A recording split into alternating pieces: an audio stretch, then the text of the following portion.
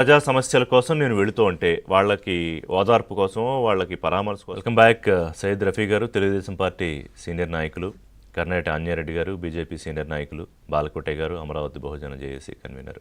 నమస్కారం అండి. సో రఫీ గారు, ఇవాళ పోలీసుల్ని, అధికారులు, ఉన్నతాధికారుల్ని మొదలుకొని అక్కడి నుంచి మీ కార్యకర్తల నాయకుల దగ్గర నుంచి ముఖ్యమంత్రి వరకు అందరినీ జగన్మోహన్ రెడ్డి నేరుగా స్ట్రైట్గా ఏ సుత్తి లేకుండా ప్రెస్ మీట్ పెట్టి బెదిరించారు.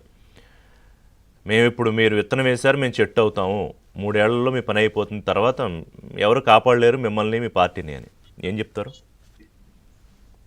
సార్ నమస్కారం సార్.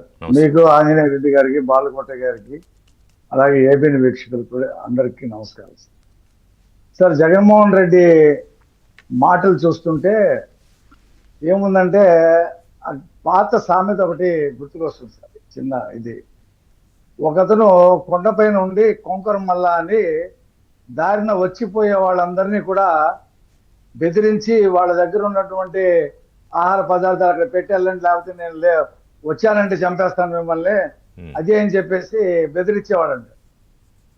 ఒక యువకుడు ఏంటి ఇతను పైన కొండ మీద కూర్చొని కింద వాళ్ళందరినీ కూడా బెదిరిస్తున్నాడు, అసలు ఈ సంగతి ఏంటి చూద్దామని చెప్పేసి పైకి ఎక్కాడండి. ఎక్కితే అతనికి 2 కాళ్ళు లేవండి, ఊరికనే కూర్చొని బెదిరిస్తా ఉన్నాడు. జగన్మోహన్ రెడ్డి పరిస్థితి కూడా ఏంటంటే అతను జైళ్ల పాలైపోవటం ఖాయమని చెప్పి అతనికి తెలుసు. అయితే ప్రెస్ మీట్లు పెట్టి బెదిరిస్తే ఏదో బెదిరిపోతారని, తాను మళ్ళీ అధికారంలోకి వస్తే మా హంతులు చూస్తాడని బెదిరిపోయి నన్ను వదిలేస్తారని చెప్పేసి పగటికల్లా ఉన్నాడు ఆయన ఇప్పుడు పాదయాత్రలు చేస్తానని ప్రకటించాడు. 27లోనో 28లోనో. ఇప్పుడు ఆయన జైలు యాత్రలు చేస్తాడు, చూస్తుండండి. ఇప్పుడు అక్కడ సిబిఐ కేసులు, ఈడీ కేసులు అవి వదిలేయండి, అది ఎప్పటికీ కావయ్యి.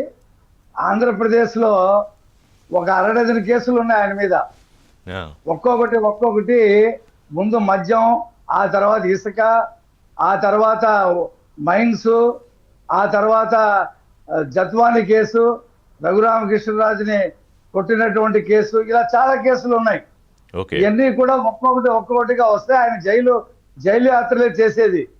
ఆ తర్వాత ఆయనకి రాజకీయ భవిష్యత్తు ఉండదు. ఖచ్చితంగా ఒక దాంట్లో అయినా సరే శిక్ష పడిందంటే ఆయన ఎమ్మెల్యే కూడా రాజీనామా చేసే పరిస్థితులు ఉంటాయని ఆయనకు తెలుసు. కాబట్టే మొన్నటి వరకు ఏం పాట పాడాడు, జమిలి ఎన్నికలు వచ్చేస్తాయి, మనం మళ్ళీ గెలుస్తాం, ఇంకెంత 2 ఏళ్లే కదా అన్నాడు ఆయన. 27 కదా అన్నాడు. అవి 34లో ఖరారు అవుతాయి, 29 నుంచి స్టార్ట్ అయ్యి అని చెప్పి కేంద్ర ప్రభుత్వం సెలవు ఇచ్చింది.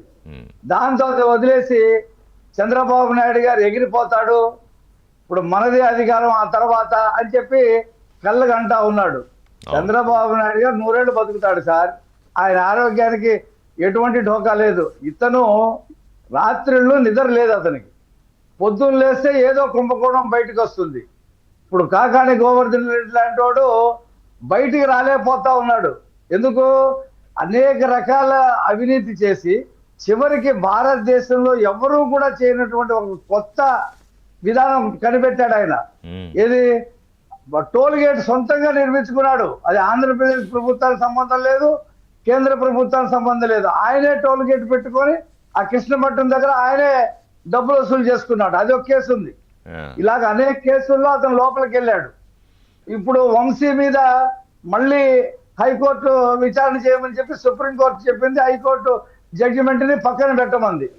పక్కన పెడితే ఇప్పుడు మిథున్ రెడ్డికి కూడా రిలీఫ్ రాలేదు.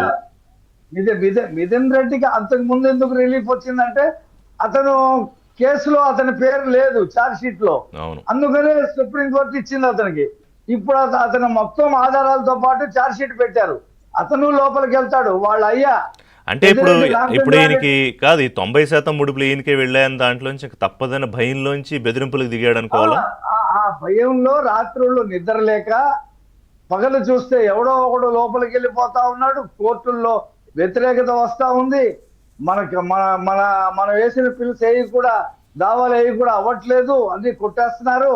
ఇక ఈ పరిస్థితి ఏంటని చెప్పి ఇటు పార్టీని కాపాడుకోవాలా, ఇటు తను లోపలికి వెళ్లకుండా ఉండాలని చెప్పి ఒక ఫ్రస్ట్రేషన్ వచ్చేసి ఆ కొంకర మల్ల టైప్ లో నేను లేస్తే మనిషిని కాదంటాడు.